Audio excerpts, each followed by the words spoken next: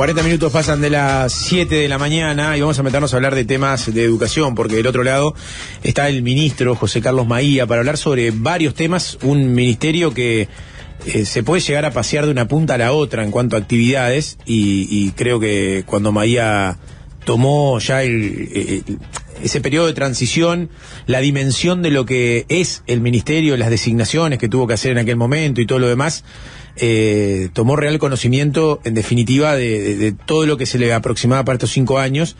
Así que, bueno, hasta seguramente tenga que acompañar a la fiscal de corte al Parlamento, por ejemplo, que es una convocatoria que hace el propio Frente Amplio, y esto se conoció en la jornada de ayer. Maía, ¿cómo está? Bienvenido, un placer recibirlo en Doble Clic. Muy bien, muy bien. ¿Cómo están ustedes? ¿Todo bien? Muy bien, con frío, pero bueno, por lo menos Sí, claro. Por lo menos ganó Uruguay, Maía, no hablamos ni de Peñarol ni de Nacional hoy. Sí, ganó Uruguay y estamos más tranquilos todos, ¿no? Bueno, Ahora. Estaba complicada, sí. Como ministro, ¿usted está tranquilo? ¿No está tranquilo? ¿Cómo la va llevando? Le decía un poco en el arranque esto de esta convocatoria que hace el Frente, que usted en definitiva va a tener que acompañar, ¿no? A Ferrero cuando se confirme todo. Sí, a ver, estoy tranquilo con lo que venimos trabajando, con las metas que tenemos, con los objetivos que nos fijamos, con el trabajo que venimos llevando. Estoy bien tranquilo porque está en línea con lo que hemos anunciado tanto en campaña como lo mismo cuando asumí el 5 de marzo. Y después, en mi caso de las fiscales, de acompañamiento institucional, porque, como ustedes saben, la independencia que tienen técnica los fiscales para nosotros absolutamente sagrada, y en este lugar siempre hemos asegurado que lo que se resuelve depende exclusivamente de técnicos y autónomos. Está ahí porque tiene que haber una dependencia del Estado a la cual se refieren, el Ministerio de Educación y Cultura. Bueno, ojalá haya acuerdos en el Parlamento para que el día de mañana podamos tener un Ministerio de Justicia y efectivamente tenga más especificidad. Pero mientras no sea así, ahí vamos a estar. Eso en particular, esa es una discusión que ya viene incluso hace varios años, de ese Ministerio de Justicia. ¿Hay margen? ¿Se ha hablado del tema? Ahora hace poquito se presentó la rendición de cuentas. ¿Eso se puede estar comprometido en la próxima en la ley de presupuesto? ¿Cuál es la situación? Bueno, la idea es ir hacia este Ministerio de Justicia. Ustedes saben que tiene este periodo algo particular, que el gobierno no tiene mayoría propia en las dos cámaras, entonces tiene inevitablemente que conversar sobre algunos aspectos con todos los partidos políticos, y ahí está la clave. Si vamos en ese camino, entiendo que las normas presupuestales, en este caso la ley de presupuesto, puede ser una buena herramienta para determinar ese cambio institucional, que no es menor. Les comento, yo estuve los otros días en Buenos Aires, en el Mercosur, con los reuniones ministros de Justicia, y bueno, el único que no era ministro de Justicia era yo. Todos los demás países tenían el Ministerio de Justicia. Y claro que bueno que el Uruguay lo tenga. Bueno, ojalá sea posible. Depende de acuerdos que trascienden al propio gobierno. Le cambio de tema, Maía, vaya a hacer un salpicón, digamos. Una noticia que el otro día tomó estado público, y es la derogación del decreto del presidente Lacalle Pou en aquel momento, en cuanto a la educación terciaria y esas autorizaciones definitivas a universidades privadas. ¿Por qué se resolvió esto? ¿Cuál es, digamos, el razonamiento que hace este gobierno para tomar esta decisión? Bueno, el fundamento tiene que ver con que el decreto inicialmente no tenía el involucramiento adecuado de los actores privados y públicos. El decreto también comprende en sí mismo, directa e indirectamente, a todos, a las universidades públicas y privadas, por razones obvias, ¿no? Comparten el mismo espacio, pero de distinto ángulo. A su vez, entendemos que el Estado no, digamos, como fue redactado el decreto, digamos, como que se retiraba de la regulación que tiene que tener con respecto, por ejemplo, a la creación de nuevas carreras, a la sede donde funciona, a fijar criterios en cuanto a los títulos intermedios o a las diplomaturas y cuestiones similares. Entonces, nuestra convicción es esa, y más allá de que hay algunos aspectos que contenía el decreto derogado, que vamos a brevemente, mejor dicho, a la brevedad, retomar y resolver directamente a través del Ministerio de Educación y Cultura, vinculadas, por ejemplo, a la enseñanza virtual, a homologación de títulos y demás que compartimos. También vamos a intentar, antes de fin de año, tener un decreto nuevo. Para eso ya convocamos al Consejo Consultivo para hacer ese decreto, para trabajar junto con ellos, para intentar tener un decreto más consensuado, y efectivamente vamos a dialogar mucho con las instituciones. Y me parece importante decir dos cosas. Primero, que esto no afecta a carreras que estén en funcionamiento plenamente. No es que tú estás haciendo el segundo año de tal o cual carrera y te cambiaron las reglas de juego, no. No es retroactivo, digamos. No es retroactivo, y además es algunas carreras que no hayan empezado efectivamente. Y en segundo lugar, no tiene que ver con el prestigio y la actuación de las universidades privadas en este caso.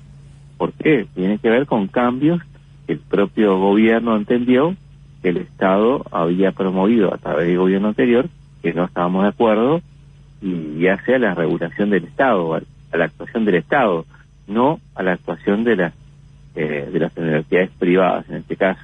Además, este decreto, como ustedes saben, tenía presentado un recurso por parte de la Universidad de la República.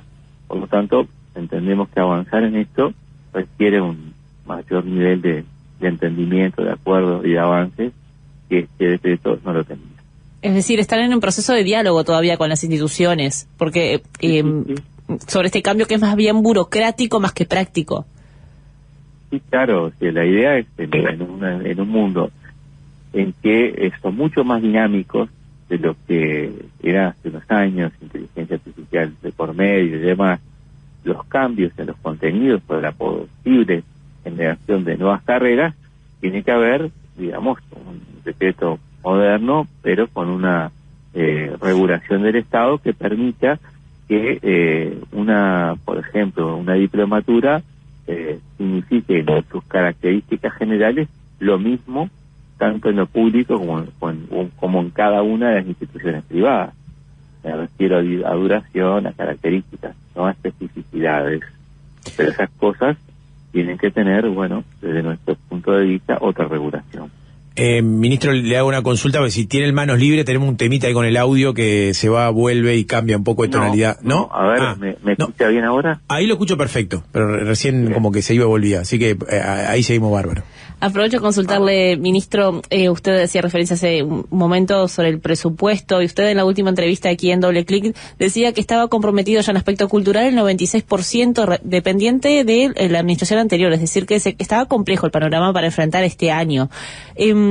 Y de paso le pregunto, ¿qué sucede? Y si eso tiene que ver con la vuelta o esta nueva vuelta de tuerca con los centros MEC, que se le quiere volver como a instaurar, y qué pasa con ese aspecto más cultural. Bueno, vinculado a ese tema, nosotros vamos a volver con una iniciativa que implica eso, la territorialidad de la cultura.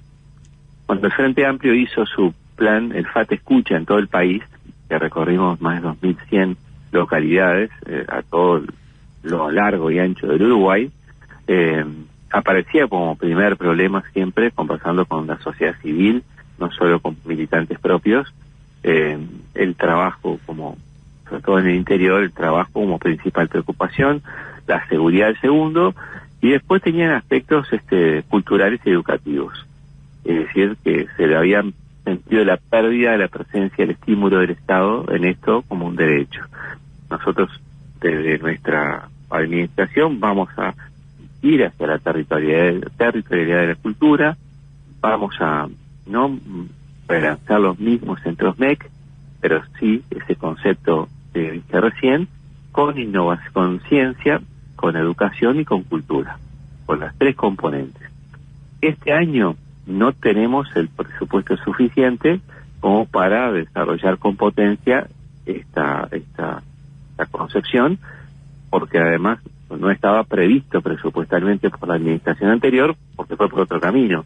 Ellos fueron por los centros nacionales, que era otra cosa. Entonces, vamos a hacer alguna actividad, por supuesto, en el segundo semestre de este año, pero la verdadera dimensión se va a ir teniendo gradualmente a partir de la aprobación del presupuesto 2026-2030. ¿Ya se ha reunido con Odone? ¿Ha tenido contactos? ¿Ha hecho, no sé, algún tanteo, digamos, pensando en esa realización de presupuesto? Estamos en conversaciones, sí, con economía, con presidencia, tirando ideas y bueno, trabajando al respecto. Pero bueno, recién terminamos la rendición de cuentas, ¿verdad? Ahora viene la parte de presupuesto. Tirando ideas sería igual a pedir recursos. Bueno, sí, es un eufemismo, por decirlo de alguna manera. Y más allá de que, lógicamente, esos diálogos quedan en la interna, pero ¿cuál es la aspiración que hay desde el Ministerio? Se habla mucho siempre del 6+1, que es casi que una utopía en este país, pero... Sí, eso es un norte, una meta que tenemos en educación, que no abandonamos, pero es una meta a ver, no se olviden que el propio Odone señaló en un almuerzo de ADM que se ha consagrado este año el mayor déficit fiscal en 35 años, y ese es un dato que golpea mucho, porque es un dato objetivo y es un dato que es doloroso, pero bueno, así se encontraron las cosas. Y de ese lugar va a tener algún impacto en cuanto a metas y objetivos planteados. No obstante ello, los objetivos y las metas se plantean y van a ser las prioridades. La prioridad es la primera infancia, bueno, hacia eso vamos. Y dentro de ello, yo creo que la educación y la cultura son dos elementos fundamentales. Y dentro de cultura nosotros hablamos de dos o tres aspectos. Uno tiene que ver con lo que acabo de expresar, la territorialidad de la cultura. Dos, tiene que ver con lo que es las industrias culturales que vienen desarrollándose desde hace años, tipo política de Estado, de la ley de cine que promovió el Frente Amplio, la agencia que se votó la administración pasada y que nosotros mantuvimos. Y en tercer lugar, lo que vendría a ser, y aspiramos a hacerlo también a la brevedad, la reglamentación de la ley de teatro. ¿Qué implicará eso? ¿Esto último? Sí.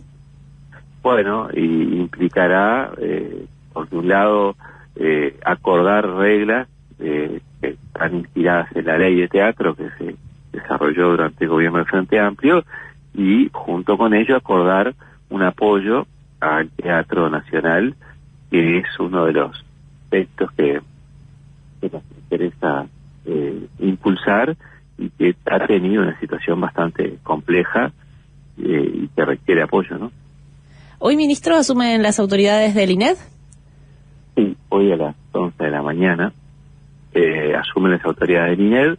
El INED, como ustedes saben, es una institución que se creó en el segundo gobierno del Frente Amplio, que tiene un carácter técnico, independiente de la parte política o de la orientación general de cualquier gobierno, y es una institución que, bueno, que se va a fijar nuevas metas, que va a promover dinamismo, entiendo que aún mayor en esta jornada, pero bueno, eso lo van a anunciar hoy Martín Pasturino, Celsa Puente y Javier Lacida, que son los integrantes que designamos para esa institución. José Carlos Maía, ministro de Educación y Cultura, muchas gracias por estos minutos en Doble Clic. Gracias a ustedes, les mando un fuerte abrazo. Un abrazo. Cuando sale el sol, Doble Clic. Doble Clic.